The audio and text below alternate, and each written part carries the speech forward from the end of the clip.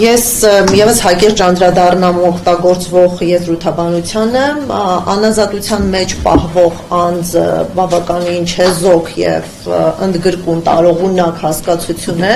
եւ թերևս բարձր ամբիոնից վիճակը նկարագրելու համար կարող էր օգտագործվել, այն ներառում է նաեւ քաղբանտարկյալներին եւ ես նշեմ, որ Արցախի նախկին ղեկավարությունը ըստ էության ռազմագերի չէ եւ ոչ էլ քաղաքացիական գերի այն առումով, որ նրանք մարտական գործողությունների զոնայում հայտնվող եւ դրանով պայմանավորված գերեվարված անձինք չեն, դրանք Ադրբեջանի քաղաքական իշխանությունների կողմից պահանջված անձինք են, որոնք պետք է ցուցադրական պատժի ենթարկվեին Արցախի ինքնորոշման իրավունքը իրացնելու, Արցախի անունից հանդես գալու եւ այլ օրինական գործողությունների համար։ Դրա համար այս հասկացությունը այո ներառում էր նաեւ քաղբանտարկյալներին։ Ես այստեղ սկզբունքային խնդիր եմ տեսնում բնույթի հետ կապված, օրինակ Հայաստանի Հանրապետությունում կալանավորված կամ դատապարտված եւ օրինական պատիժ կրող անձինք բոլորը անազատության մեջ գտնվող անձինք են։ Արդյոք մենք չպետք է խոսեինք այդ անազատության բնույթի մասին, համարձակորեն նշելով, որ անազատության մեջ գտնվելը ապօրինի է, ոչ օրինական է, եւ սա է պահանջը, որ միջազգային հանրությունը, Հայաստանի Հանրապետության իշխանությունները, Հայաստանի Հանրապետության հասարակությունը պետք է պահանջատեր լինեն ապօրինի ազատությունից զրկված անձանց անհապաղ ազատ արձակմանը եւ կարծում եմ այս կարեւոր իրավական որակումը պետք է տրվեր նաեւ քաղաքական ամբիոնից եւ սա չանելն է, որ մեզ մոտ տարակուսանք է առաջացնում։ Հիմա եթե անդրադառնանք իրավական գործընթացների կարեւորությանը, կարևորության բացահայտ ցուցանիշը այն է, որ խաղաղության նախաստորագրված տեքստում դրա մասին դրույթ կա։ Օրինակ հետ վերադարձի խնդիրը շատ կարևոր է Արցախահայության եւ հայության համար որպես մարդու իրավունք, վերադարձի իրավունքը կարևոր է ադրբեջանցիների համար, որովհետեւ կեղծ օրակարգ ունեն եւ ունեն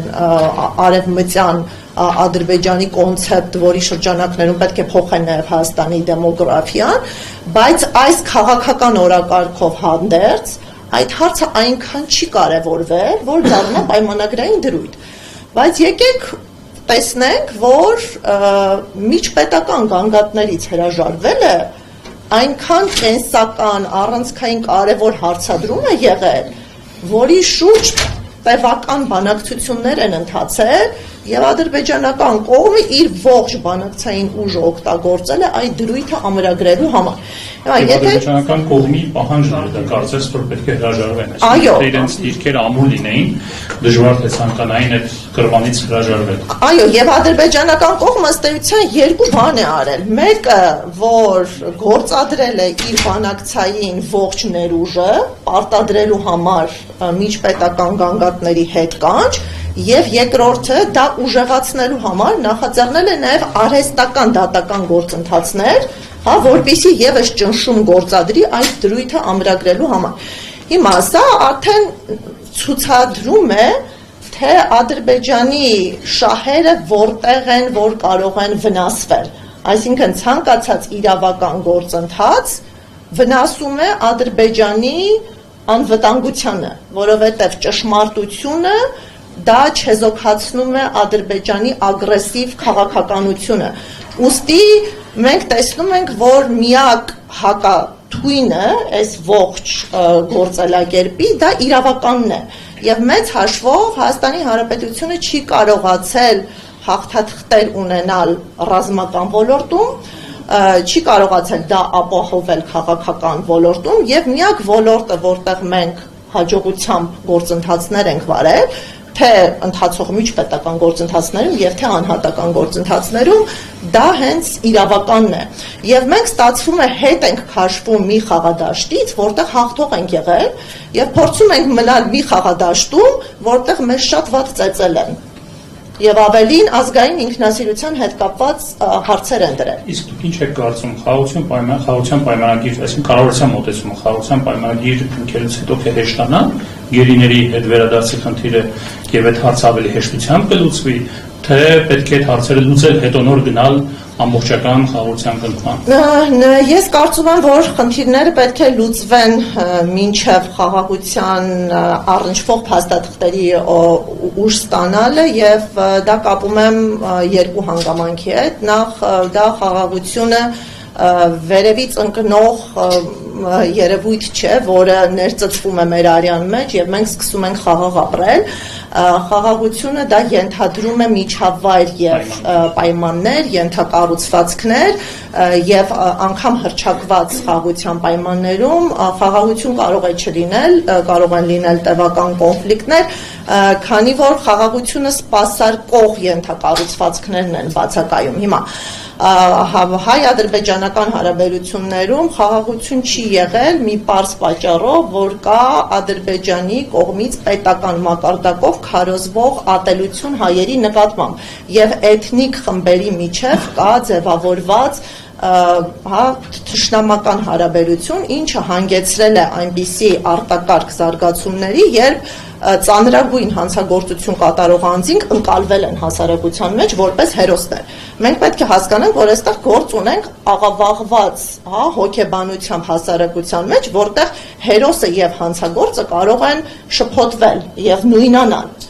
Հիմա, որպեսզի մենք կարողանանք նման խեղում ունեցող հասարակության հետ խաղաղ ապրել, այդ հասարակությանը պետք է պատրաստել։ Այսինքն ոնց որ հասարակությունը պատրաստվել է թշնամանքի, նույնքան ժամանակ է պահանջվելու, որպեսզի հասարակությունը պատրաստվի խաղաղության եւ պատրաստման կարևորագույն միջոց մենք ընկալում ենք մարդասիրական խնդիրների լուծումը։ Եվ դա պետք է կրկին թելադրվի Ադրբեջանի իշխանությունների կողմից, այսինքն մարդասիրական խնդրի լուծումը պետք է ցուցադրվի որպես խաղաղության վերականգնման, վստահության վերականգնման միջոցառում, եւ դա փոխի հասարակությունների ենթագիտակցությունը, հավաքական ենթագիտակցությունը։ Սա կարծում եմ որպես օբյեկտիվ նախադրյալ եւ երկրորդը չմոռանանք, որ նախաստորագրված տեքստը չունի վերադարձի վերաբերյալ որևէ դրույթ։ Եվ ստացվում է, եթե Հայաստանի քաղաքականությունը անարդյունավետ է եղել վերադարձի հարցում, ունենալով իրավական գործիքներ, քաղաքական բանակցություններ եւ չի կարողացել ապահովել վերադարձը, ապա որքան է հավանականությունը, որ նույն այդ քաղաքականությունը կկարողանա ապահովել հայերի վերադարձը, եթե պայմանագրի դրույթ չի դարձել գերիների վերադարձը եւ պայմանագիրը ուժի մեջ մտնելուց հետո գերիները զրկվելու են իրենց իրավական պաշտպանությունից։ Արդյոք այդ ասիմետրիկ իրավիճակում ավելի վատ դիրքային պայքարով Հայաստանը կարողանալու է ապահովել գերիների վերադարձը։ Իմ խորին համոզմամբ գերիների հարցի լուծումը իրատեսականորեն կարող է տեղի ունենալ մինչև խաղաղության պայմանագրի ուժի մեջ մտնելը։ Եթե այդ կրիտիկական կետերում արդյունք չունեցանք, մենք իրապես այս անձանց թողնում ենք բարձր ռիսկային գործ։ Դրան գումարած, եթե նաև հրաժարվում ենք միջպետական հայցերից, ընդհանրապես այդ մեխանիզմներից ենք զրկվում որևէ ազդեցության։ Պարոն Գերակոսյան, բան եք ցանկանում ավելացնել թեմայի վերաբերյալ։